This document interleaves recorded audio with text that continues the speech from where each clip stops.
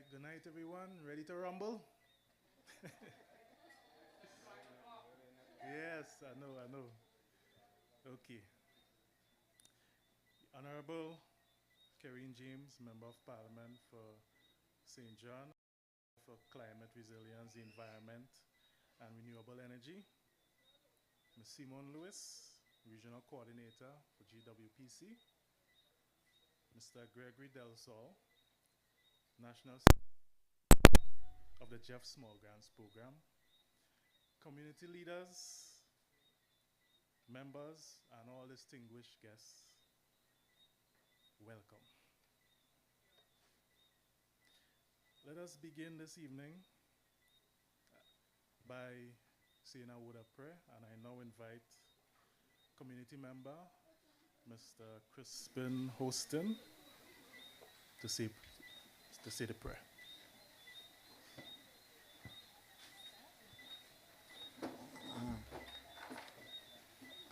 I would like if you can stand with me, please, if you're not.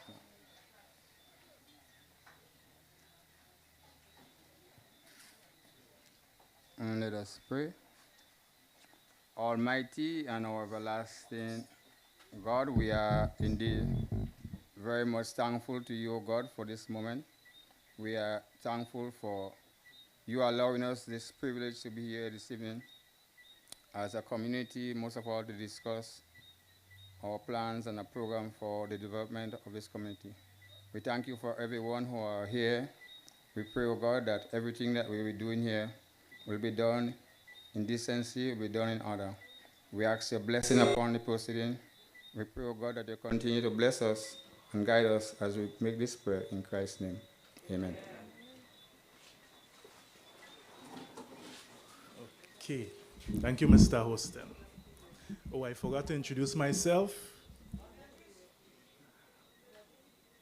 I'm your moderator for tonight, Mr. Karen Martinez, Program Assistant for the Global Water Partnership Caribbean. So, next on the agenda, I would like to welcome Ms. Stephanie Bascom to give some welcome remarks on behalf of the community.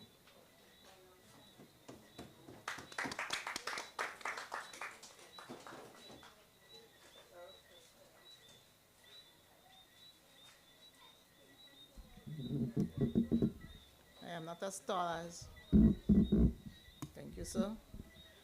Special good night to everyone. Protocol already established. We would like to welcome everybody here tonight at our closing ceremony. It's been a hard fight for the past couple months, but we are now here to celebrate. So I trust that this session will be one that we will enjoy being here. And if we behave, I'm looking for a nice word. If we behave wonderfully well, there is something in the back for you. So we want to welcome everyone, and we trust that our session will be blessed. Thank you so much.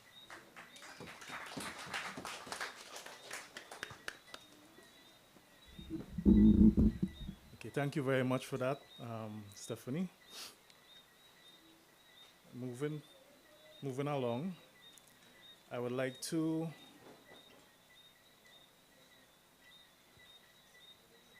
it's now my privilege to invite Mr. Gregory Del Sol, member of the National Steering Committee for the Jeff Small Grants Program, to share some remarks.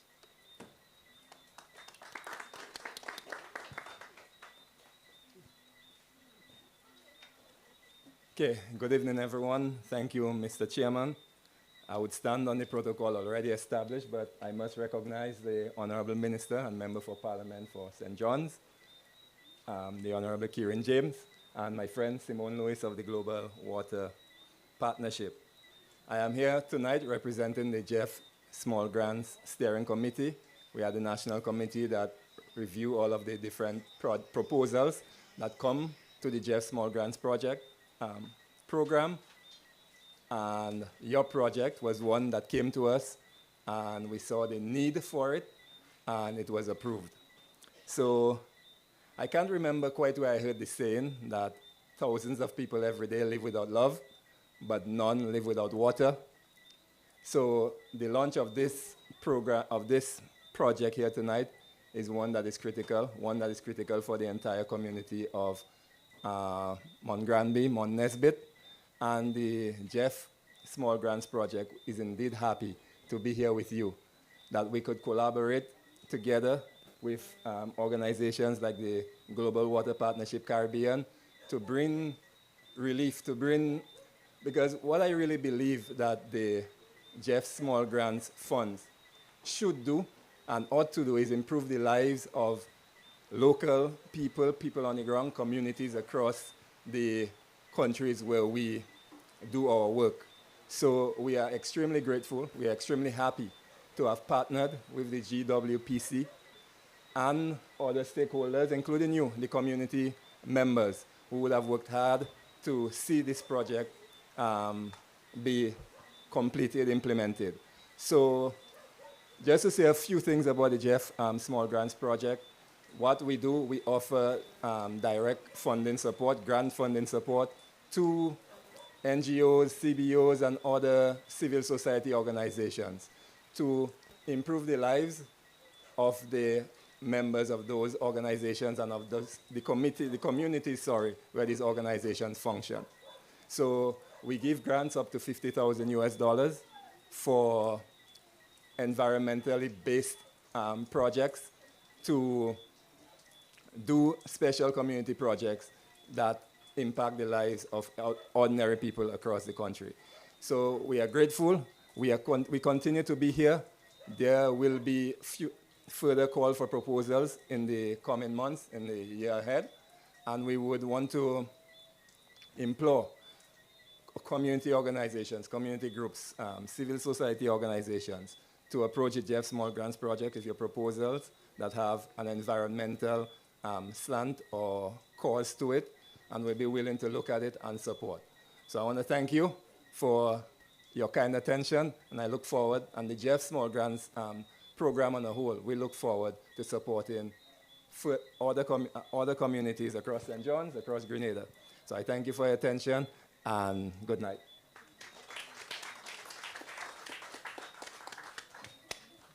Thank you, Mr. Del Sol, for sharing valuable information on the Jeff Small Grants, how they operate, and the opportunities available to access grant funding to further develop communities.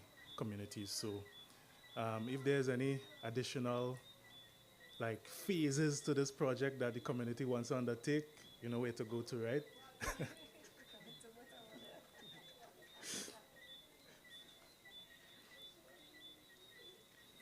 Next on the agenda is me. It is my pleasure to share some remarks on behalf of GWPC. So here I go.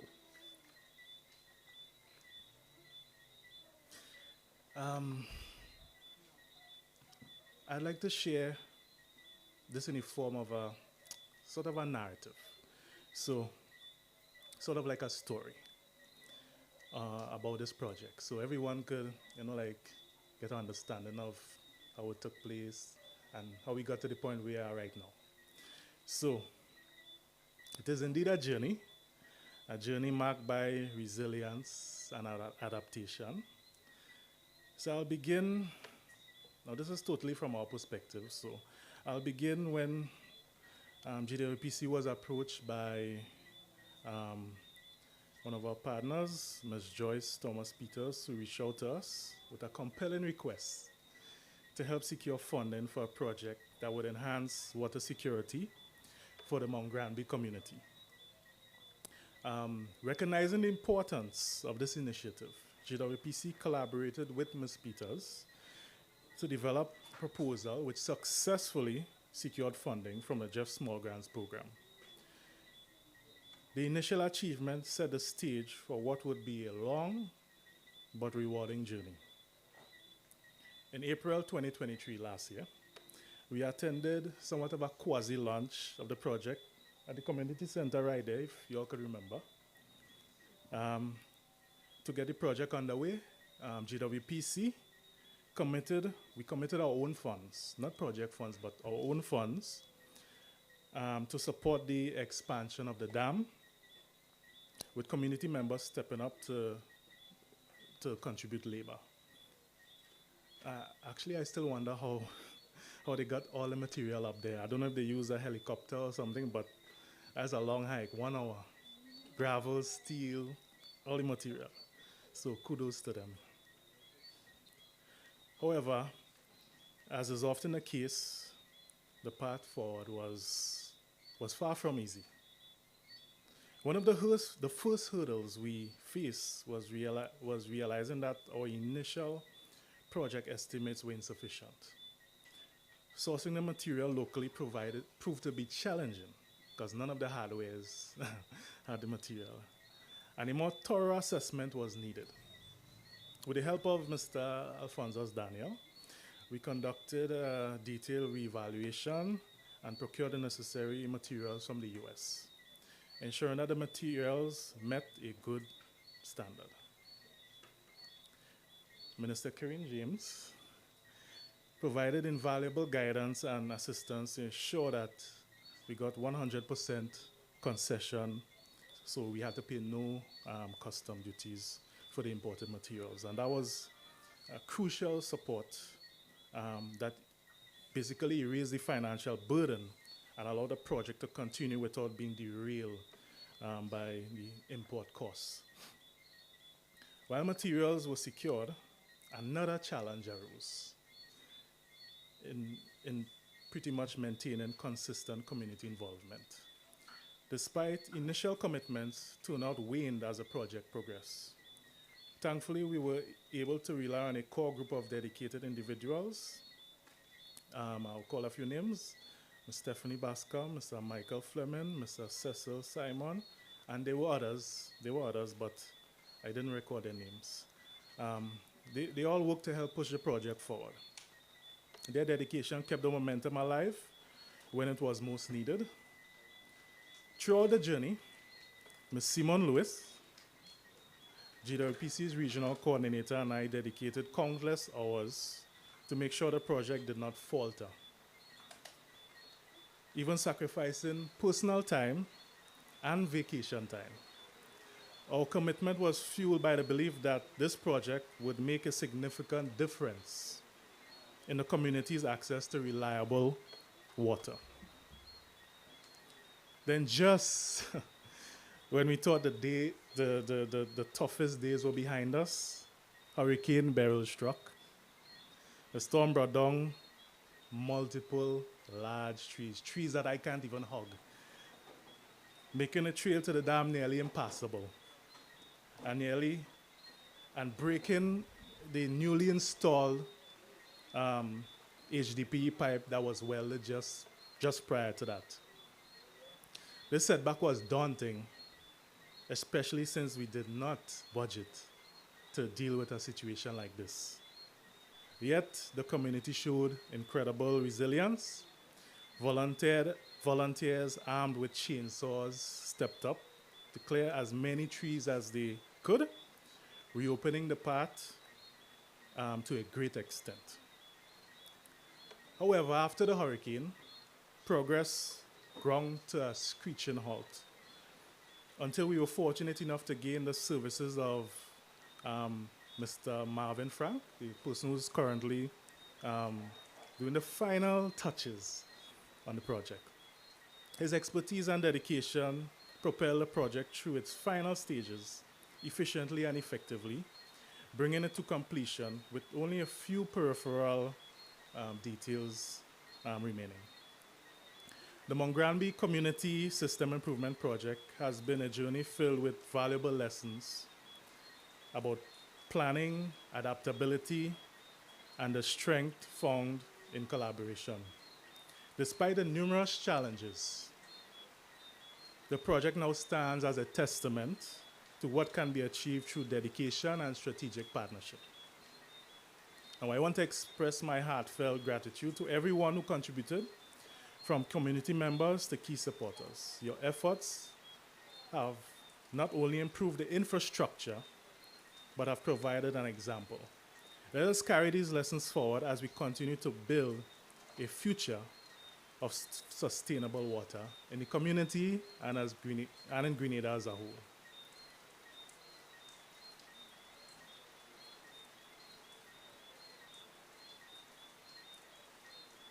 So, moving along. Thank you.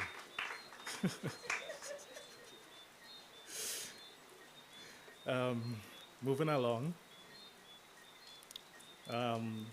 We now have presentations, 2 back-to-back presentations by Ms. Paulette Mitchell and Mrs. Teresa Walcott-Pierre, 2 MPH students who you would notice were passing around, one doing surveys and one doing water sampling for conducting tests. So they also played a crucial role in this project. And I would now invite them to share some important and key findings from the work that they did. So a round of applause to Teresa and Paulette.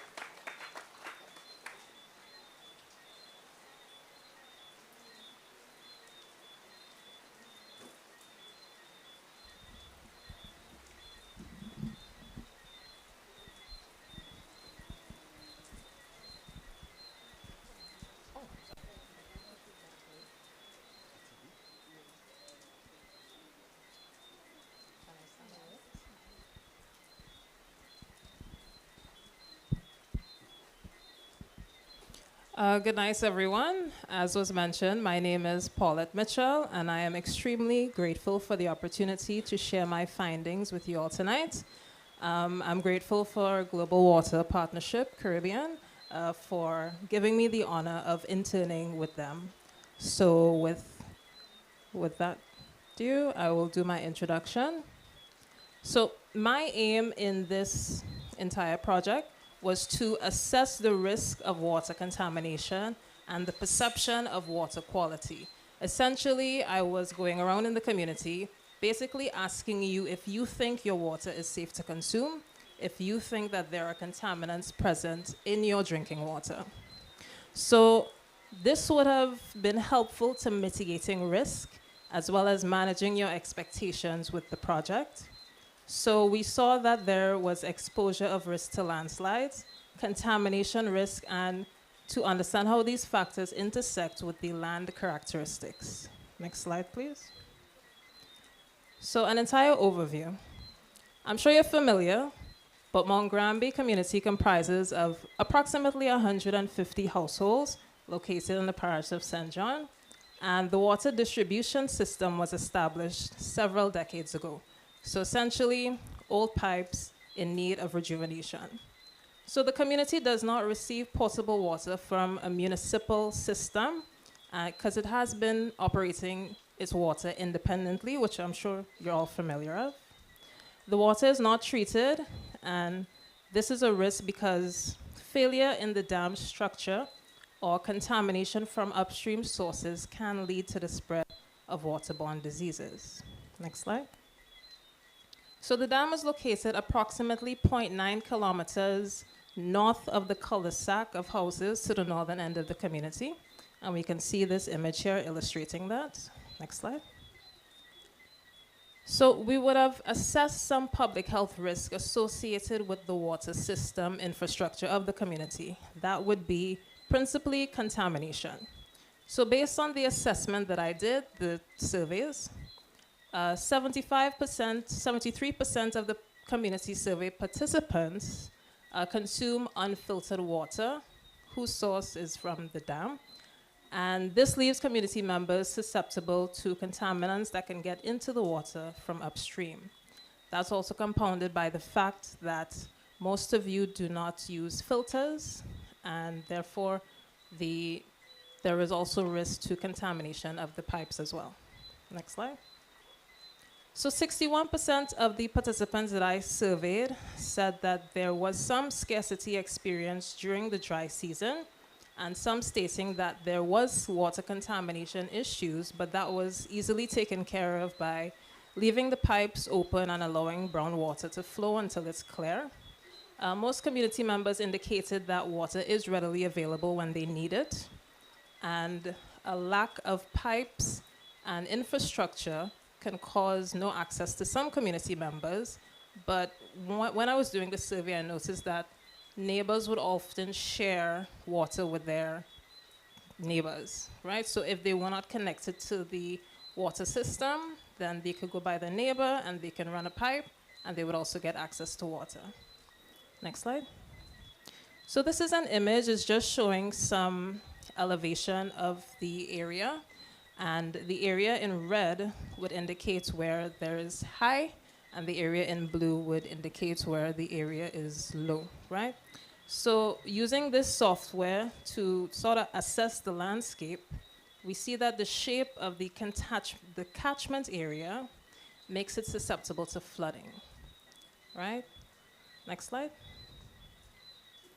So vulnerable populations. While doing the survey, I noticed that there were a number of individuals who were over the age of 65. And research has shown that elderly, children, and pregnant women are considered vulnerable subgroups of populations that are sensitive to waterborne diseases. Next slide. So what are my recommendations based on these findings? The highest priority in this community is ensuring the access of clean drinking water. The reliance on untreated water poses significant risk to the development of waterborne diseases. Portable microfiltration systems can be distributed to individual households. Solar disinfection, which uses UV radiation from sunlight to purify water, is also another viable option for the community since it does not use chemical disinfectants. Yeah? Next slide. So the water distribution system was old and outdated and should be replaced with more pipes resistant to corrosion. So the dams should also be reinforced to be less susceptible to floods. Also, given that 73% of the community consumes unfiltered water and 75% do not boil the water that they consume, public health education on the risk associated with consuming untreated water should be a priority for this community. Next slide.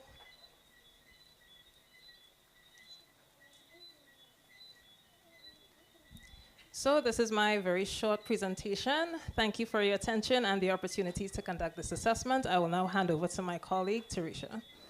Thank you.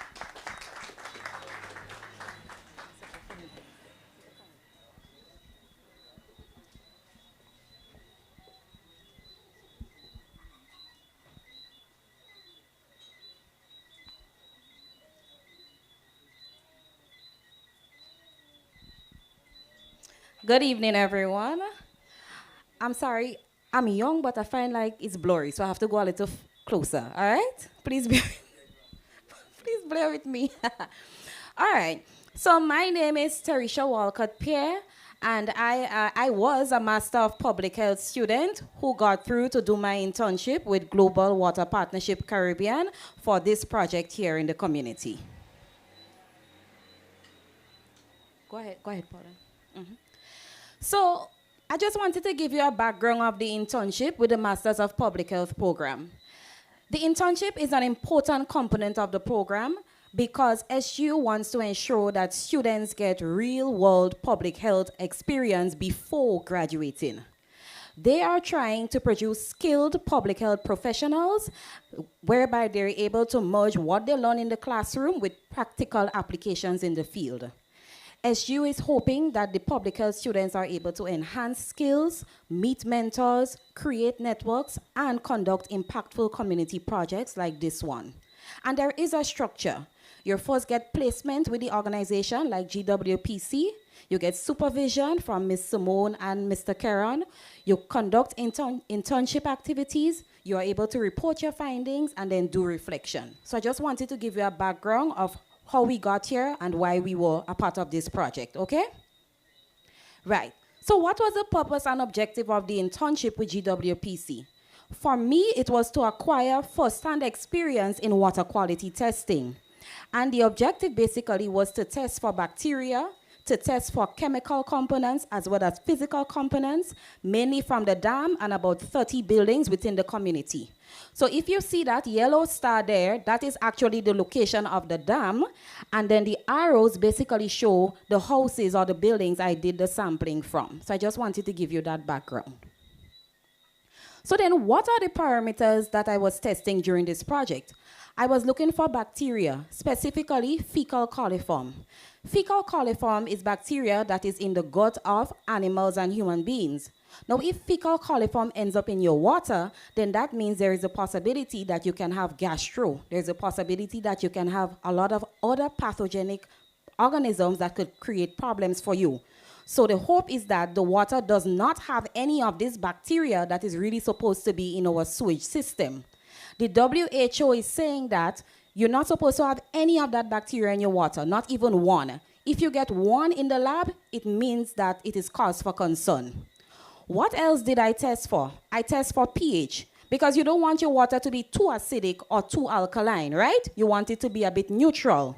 I tested for alkalinity, because at times the pH changes, but you want to make sure there is enough chemical things in the water to buffer against the pH changes. And I also checked for hardness, because you don't want the water to be too hard, neither too soft, right? What else did I test for? I test for nitrate and nitrites. Where do we get these things from? From fertilizers and from animal waste. I also tested for copper. You don't want too much copper in your water because it can actually come out from the plumbing systems, end up in your body, and create problems for your kidney and your liver. Similarly with iron, we don't want the levels to be too high, so I tested for that as well. When we're talking about the temperature of the water, nobody wants to be drinking hot water from the pipe. You want cool water, because cool water would encourage you to drink more water. That's what we want. When we talk about total dissolved solids, we don't want it to be too high. The water could end up being too bitter or too salty. And finally, we talk about turbidity, how clear the water is. We want to ensure that we're not drinking any murky water, but we are drinking crystal clear water. Is everybody with me? All right, let's go. So then what did I do? In terms of the sampling design, my sampling sites, well, I made the trek up to the dam 3 times. So I took water from the dam, and because I realized the community is basically in a Y shape, with the limited resources I had, I decided to take 10 from one side, 10 from the other side, and 10 from the final side. So I end up with 32 samples. And I remember somebody asking me, well, why are you taking water from me and my neighbor down the road? I said, Miss, the plumbing system in your pipe would not be the same as the person's plumbing system later down the road. I said the slope of where your house is would not be the same as the slope down the road.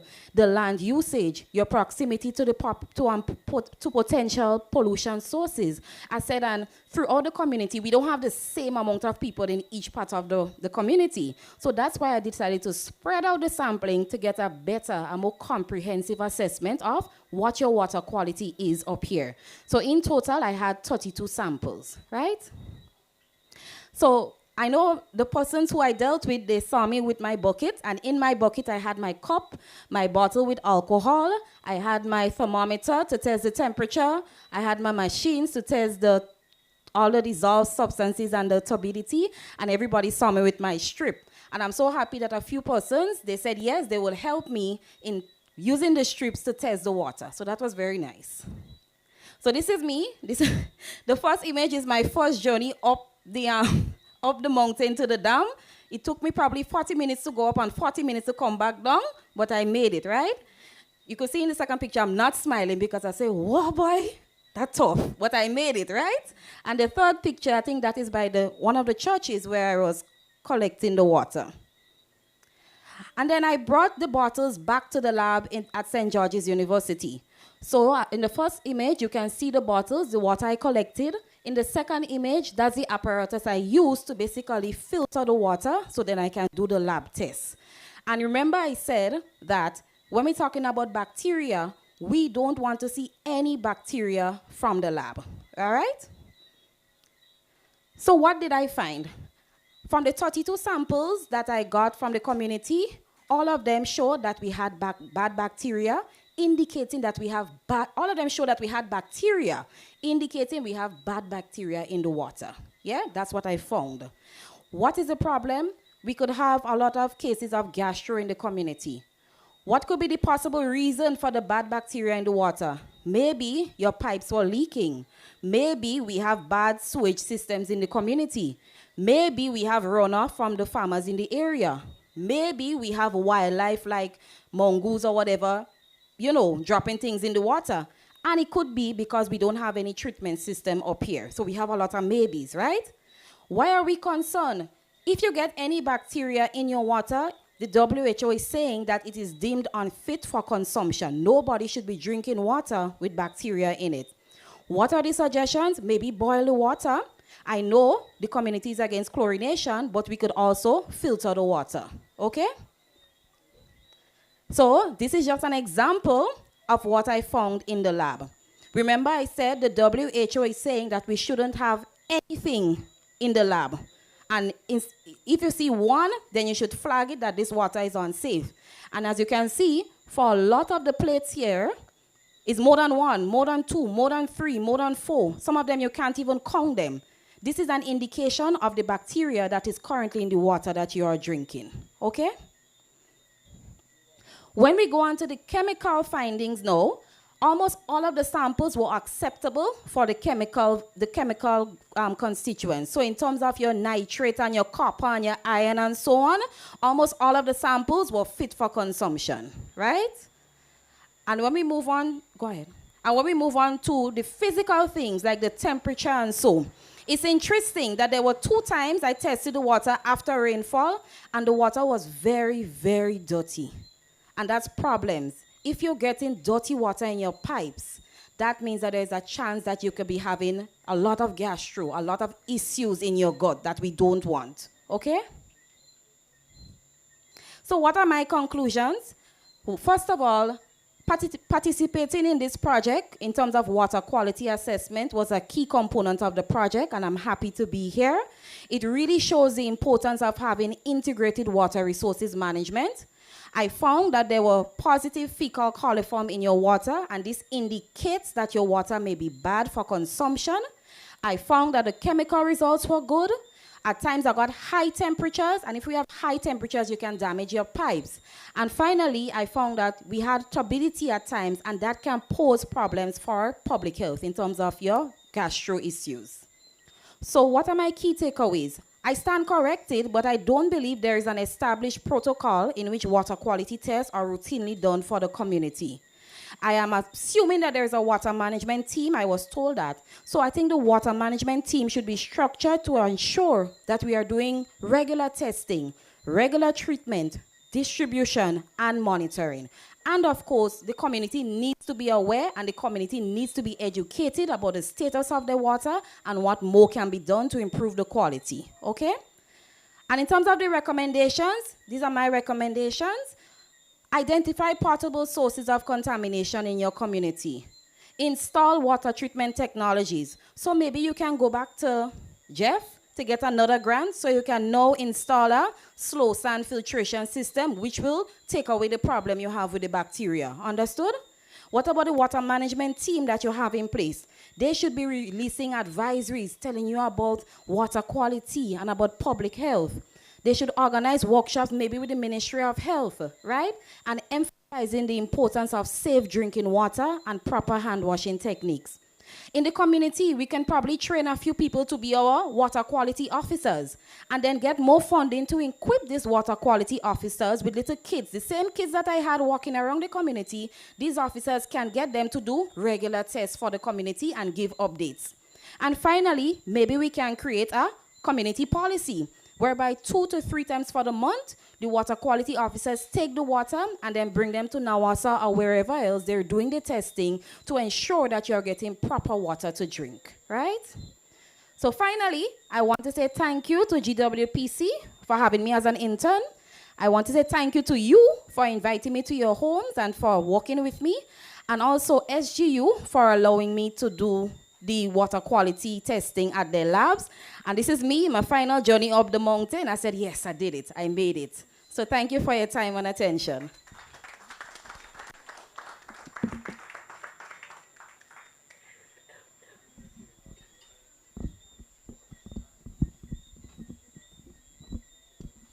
Can we get another round of applause? Great presentations.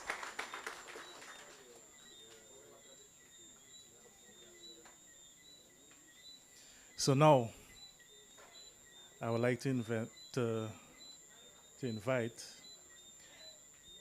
Honorable Karine James, Member of Parliament for St. John and Minister for Climate Resilience, the Environment and Renewable Energy, to share her remarks. And right after she shares her remarks, we're going to do the ceremonial opening of the line, because we know this post office never gets water in the past. We've heard that a lot. So we're going to open, the ceremonial opening is going to take place, and there's a standpipe right out there, and we're going to see the water come through that to prove that there is water in the new line. So,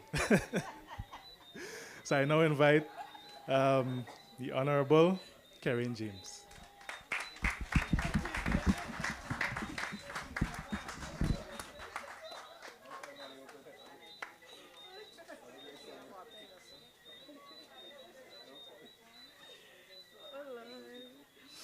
Good evening, ladies and gentlemen.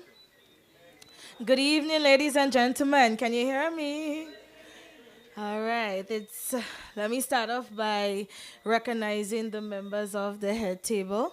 I would start from my immediate right, Teacher Stephanie, who is also a member of the Mount Granby Water Committee, as well as one of the strong backbones that was a part of ensuring the success of this project. And she's my cousin too.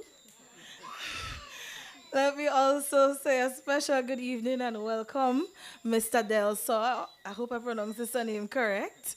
Jeff representative in this project, for giving us the money. And I also want to specially recognize Miss Simone Lewis for her passion for adopting this parish and this community and for her support throughout this process. And everybody has their version of how this project came to life. And I want to use this opportunity today to share my version of how this project came to life. So in 2022, I decided to forgo my studies to pursue my master's degree in the UK. I was one of the Chevening scholars who got approved and accepted to go and study. And I opted instead to run for a political brand and to contest the elections. While doing so, I recognize that quite a number of residents and constituents over the years have talked about how persons would come on the campaign trail presenting themselves as candidates for particular political organizations or as an independent. And they would make promises to their constituents, oftentimes trying to satisfy either egos or appetites, or just simply saying things out of their mouths just to win the seat. Now, having had experiences before with the campaign, I decided that I was going to be different. I was going to take a different route. And so before I began my campaigning on the ground, I did some background studies as to what are the real issues. And I did not generalize the constituency as what often happens.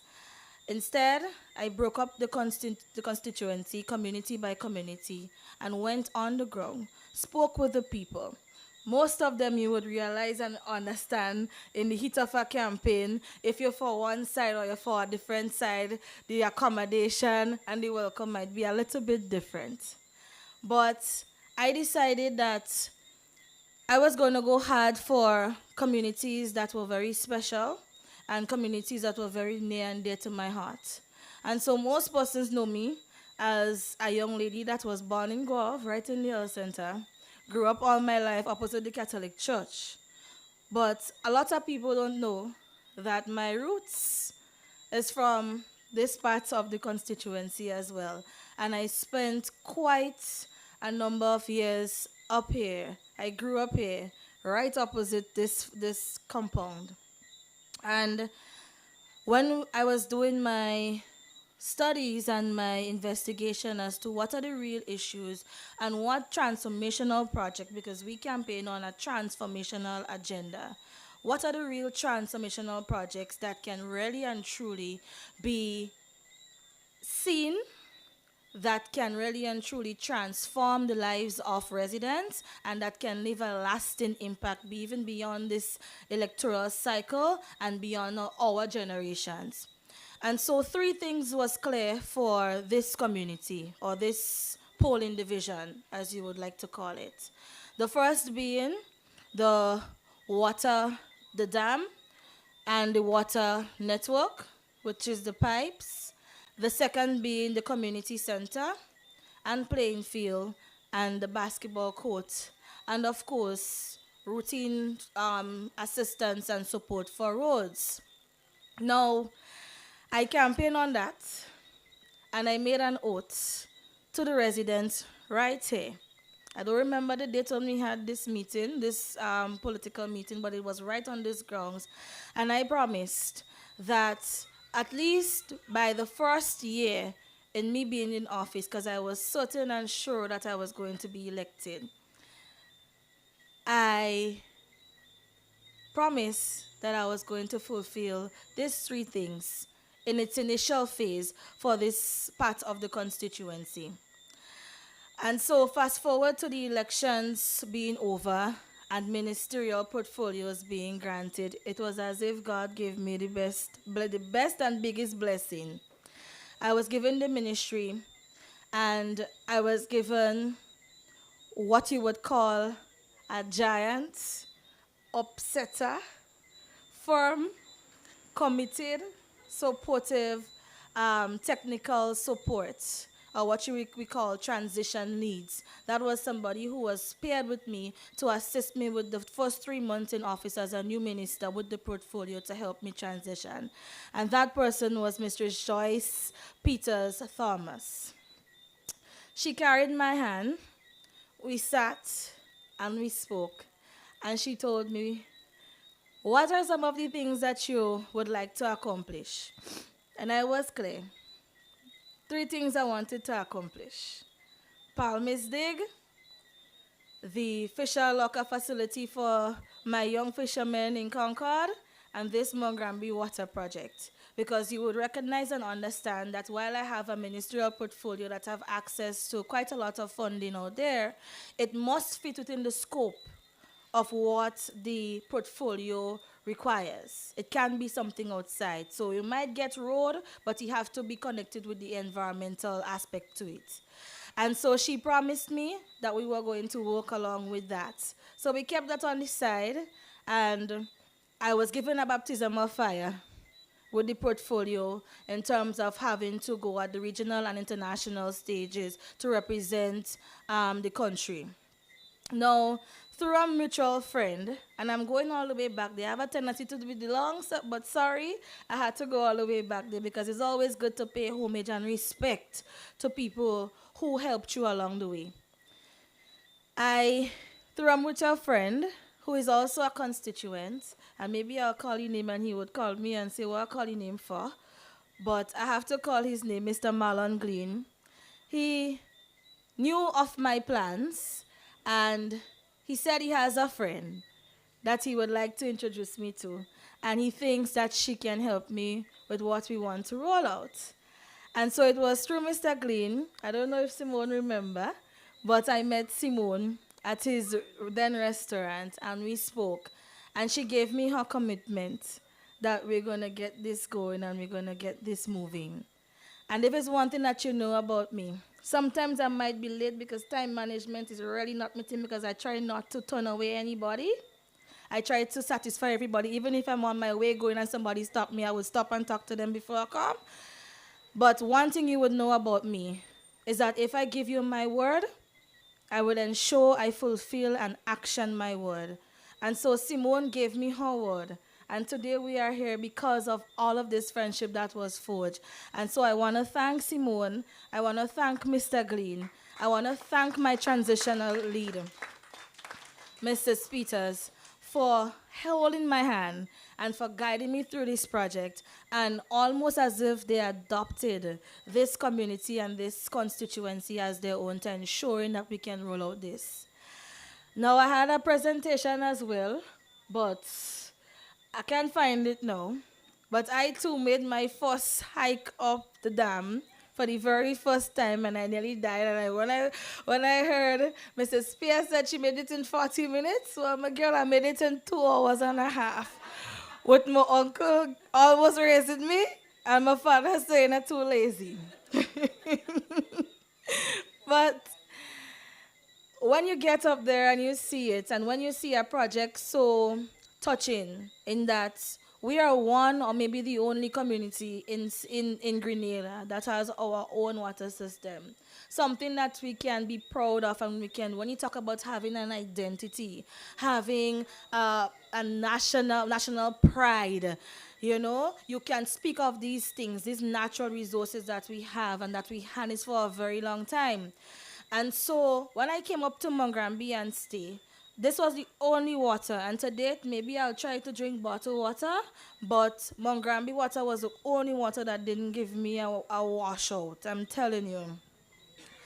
So you have something very precious up here, and I would not be doing justice to my representation to you if I did not take this project and ensure that it is rolled out successfully. And so I am happy that we were able to use the Global Water Partnership Caribbean as well as the GEF funding for their support.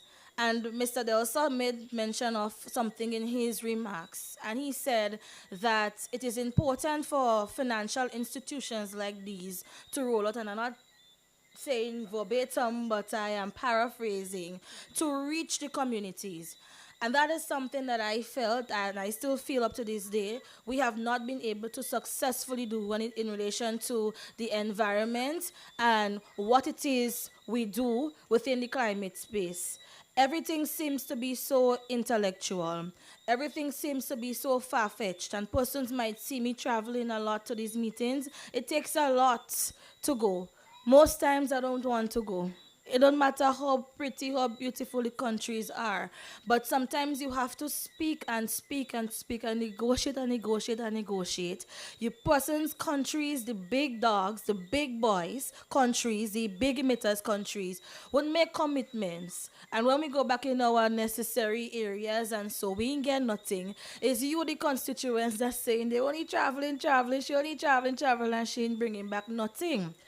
And so sometimes as well too, when we do get access to these international funding facilities, oftentimes communities like ours, the rural communities, are left out in the process. And so if it's one thing that I want you to leave here with, is Mr. Delsa's words that we do have an onus, the GEF funding, the GCF, all the others, do have a responsibility to ensure that these funding trickle down and has a direct and positive impact on the lives of ordinary citizens in each part and each community of the island. And so we will be coming again. That is God working. God saying, time up, Karen. You're talking too much. We will be coming again with quite a number of initiatives. And so in my closing words, I would want to use it to encourage you residents that are here. The parliamentary representative, although she was the lone candidate that campaigned for her seat, her seat in an election, one person cannot be responsible for the transformation of an entire constituency that is over 5,000 plus. Let me reiterate that. The parliamentary alone cannot be responsible for the transformation of a constituency of over 5,000 plus people. This means that if you are nationalistic, if you are true and if you are proud to be a Grenadian, if you are proud of your community, if you want to see your community succeed, if you want to see your environment thrive, if you want to leave something for your generation, your children and your grandchildren to come, you have to hold me accountable and hold me through the process to walk together. And so I would implore on the community members, put aside everything else that is unnecessary outside of the election cycle. Put aside money. Money come, money go. Sometimes we have it today, we have it tomorrow, we ain't have it. That is life. Not everything that happens in a constituency should be down to what is it in it out for me. What are getting out of that? Life is bigger than money. Sometimes you might have the most amount of money in life. You're sick, you can't buy nothing, you can't even spend it. So I want us to go back to the days of when we had that nationalism, when we were more conscious as Grenadians and we are patriotic to come together and to be mindful and to remember the power of voluntarism and community spirit and community building and community development. Your parliamentary representative cannot do it by herself. And so I need everybody to come on board. This is one of the promises that I was able to fulfill for you within I said the first year, but it take 2 years, but it still get done. The next one we have is our community center. Work has commenced on the inside. We are looking to roll out doing a ramp on the outside because it is also an emergency shelter. So we're going to make it accessible for all differently abled and specially abled persons in the constituency should there be any need to use the community center as an emergency shelter. We also want to bring back that community and sporting spirit of the constituency. So work would soon commence on the playing field behind us, as well as the basketball court. And the Chinese government was able and willing to give us some funding towards the renovation of the community center. But the parliamentary representative, ladies and gentlemen, cannot do it by themselves. And you see how we was able to mobilize quite a lot of people here today? We bring, I'm sure this is Mr. Delsa first time. I don't mind in your business. Okay, you're quite a while, right? Prior to this project, Miss Lewis, this was your first time. She didn't even know there was a place called so. And so I think Carrie, what's the name? Caron, this is your first time up in Mount Granby, I am sure. Mrs. Spear as well, and to the ladies, thank you for showing out as young women. It's so refreshing to see young people, especially young women, you know, being so versed and knowledgeable and having your qualification. It looks good, it feels nice. Give them a round of applause. Yeah. And I'm sure that this was your first time coming up to this community. So, ladies and gentlemen, I say all of that to say, if you have persons who have never heard of a place called Mount Granby before, coming up here with no monies attached, just trying to, you know, expand their expertise, and they're trying to build themselves as young professionals. They come out from far to be here. What is stopping us? As people who probably born here, never even leave here to make their children in the health center, neither in the hospital, make your children in your house here. What is stopping us from coming together to even doing bigger things for Mount Granby and the rest of this polling division? So they're present here, ladies and gentlemen. Let this be a reminder.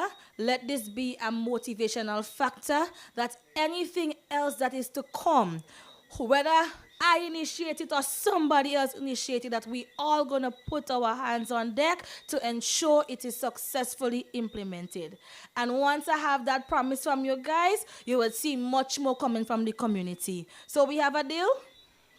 Ladies and gentlemen, we have a deal that whatever it is as a community force, we are going to put all hands on deck and forget about the ego, forget about every other thing that's going to hinder productivity. Leave it outside and let's come together as Mount Granby strong, Douglaston strong, way again strong, Mount Nesbit, because Mount Granby and Mount Nesbit different. Up top hell and heaven. all of us gonna come together as one and develop our community. So I want to say thank you so very much to the Global Water Partnership, Simone. Thank you so very much to my transitional lead, Mrs. Peters. Thank you so very much to teacher Stephanie and to the Granby Water Committee for supporting this initiative and staying the course. And thank you to the residents of Granby for enhancing this project by your involvement and you giving your recommendations during the stakeholder consultations that we've held. Thank you for coming. Thank you for your patience, and I appreciate it very much. And there's much more beautiful things to come to enhance our community. So thank you so much.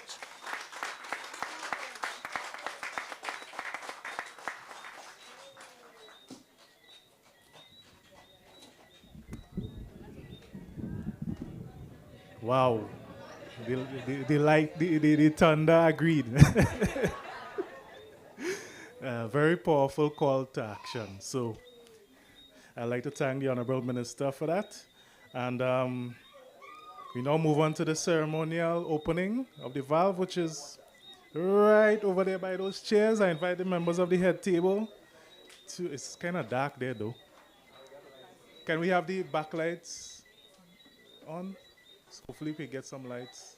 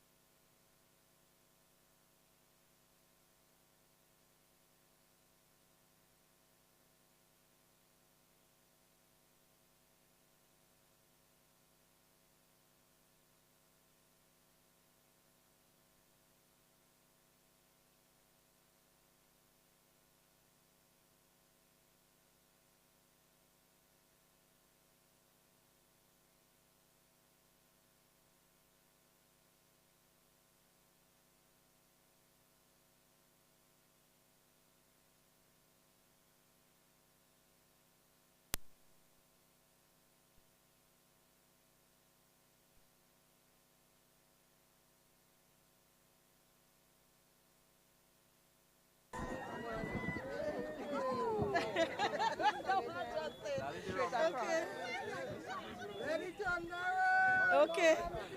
What the life? What the life? Hurry up before we die. All right, so we could be doing a countdown. We're doing a countdown. We're going to do it from 3, 2, 1 because we ain't sticking, right? So 2, 3. 3. It turn on? All right. So we're going by the standpipe now.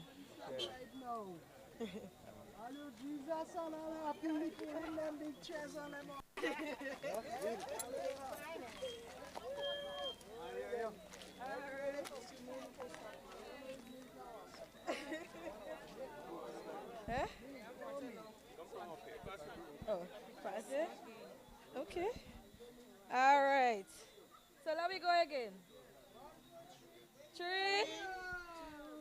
2, 1. Let me take the first drink.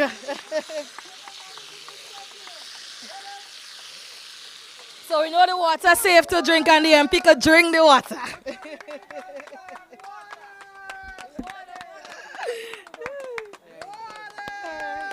Over to Karen. Get some group picture.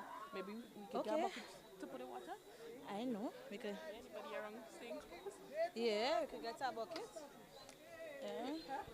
So we want to take a little picture. So we're asking the members of the head table and some community members as well, if you want, just take a group photo. Should we put the pipe? And we saving water, eh? Yeah, but just for the photo op.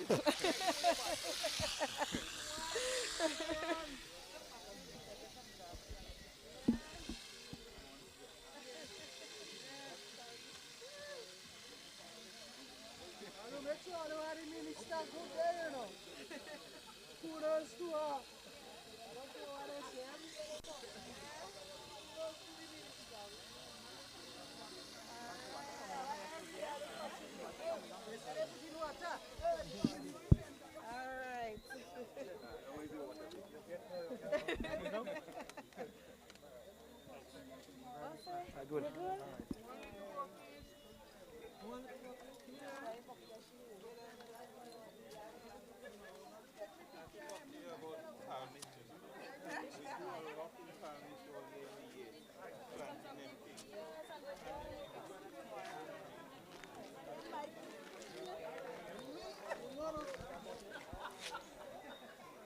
Thank you very much.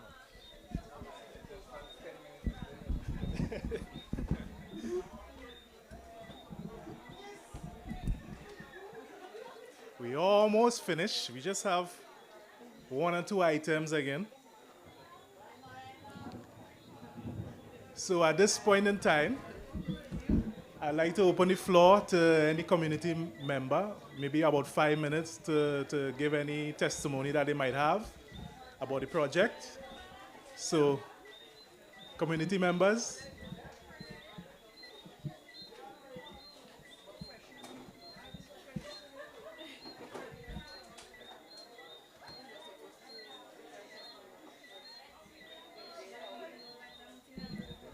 We are a bit too shy.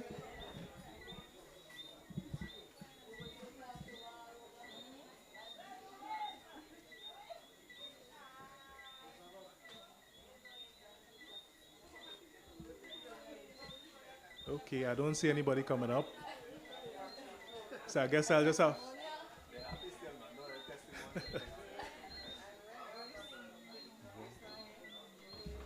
see it. Okay, we had one person agree to speak, but I'm not seeing her. Okay. So I think I should move on to the next item now.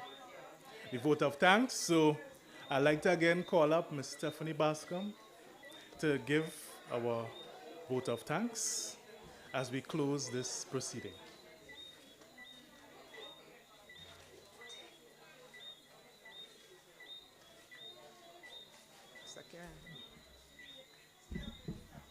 I'm not as tall as you.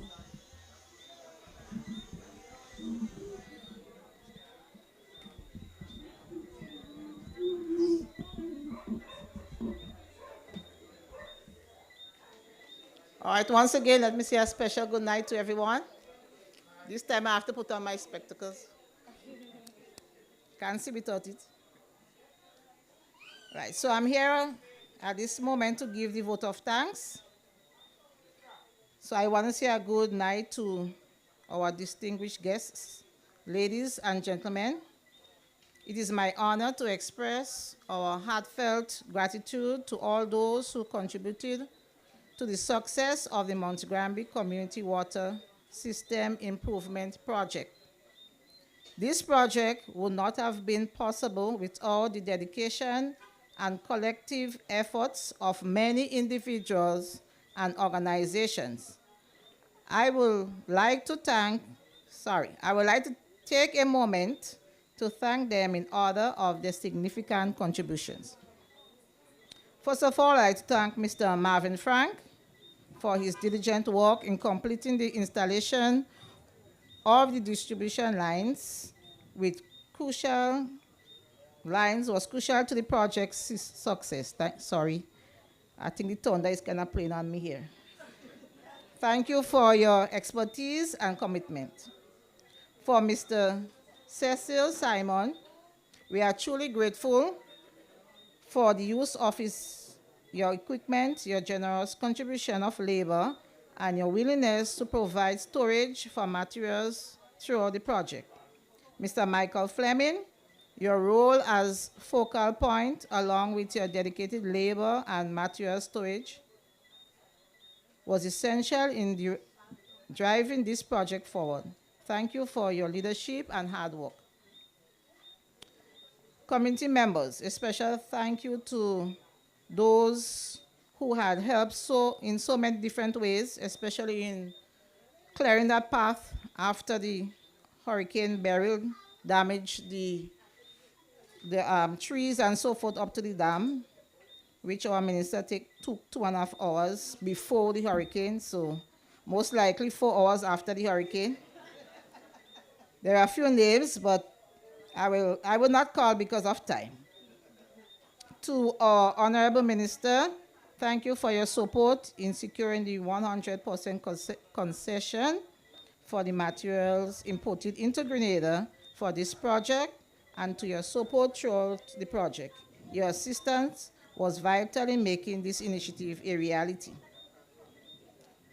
To Ms. Simone Lewis and Mr. Karen Martinez from GWPC, we are thankful for your coordination efforts and the provision of additional fundings which supported key aspects of the project, including the expansion of the dam capacity. At one point in time, I thought they were residents of Mount Granby. I used to see them very often, which was a good thing. To Ms. Joyce Thomas Peters, thank you for your voluntary contribution and for dedicating your time to train community members, strengthening the knowledge base within the community. For Mistress, the name is kind of hard, Miss Teresha Walcott Pierre. We appreciate your commitment to water sampling and testing, ensuring the safety and quality of our water. And she has given us a lot of information based on her findings. And we have to thank God, surprisingly, we do not have much waterborne disease in this area. So we give God thanks and praise.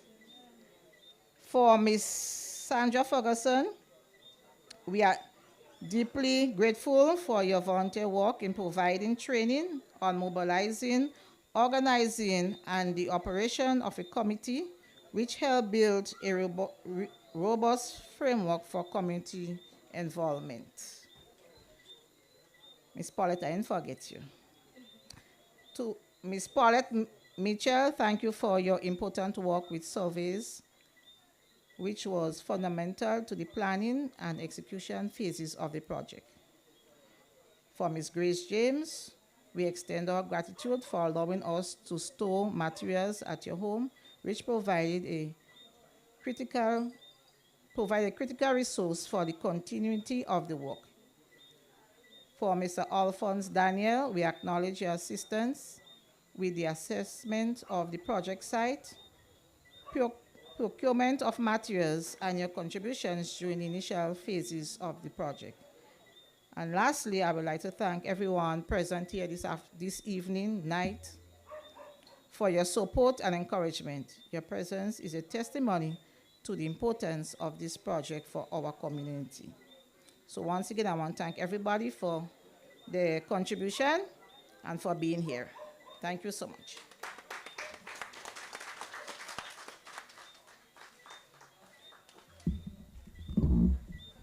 And I would like to add thank you to, she didn't thank herself, so I'll do it. Stephanie Bascom, she has been, in addition to Michael Fleming, one of the key persons who were available for us when we came up here, and we needed someone to coordinate with.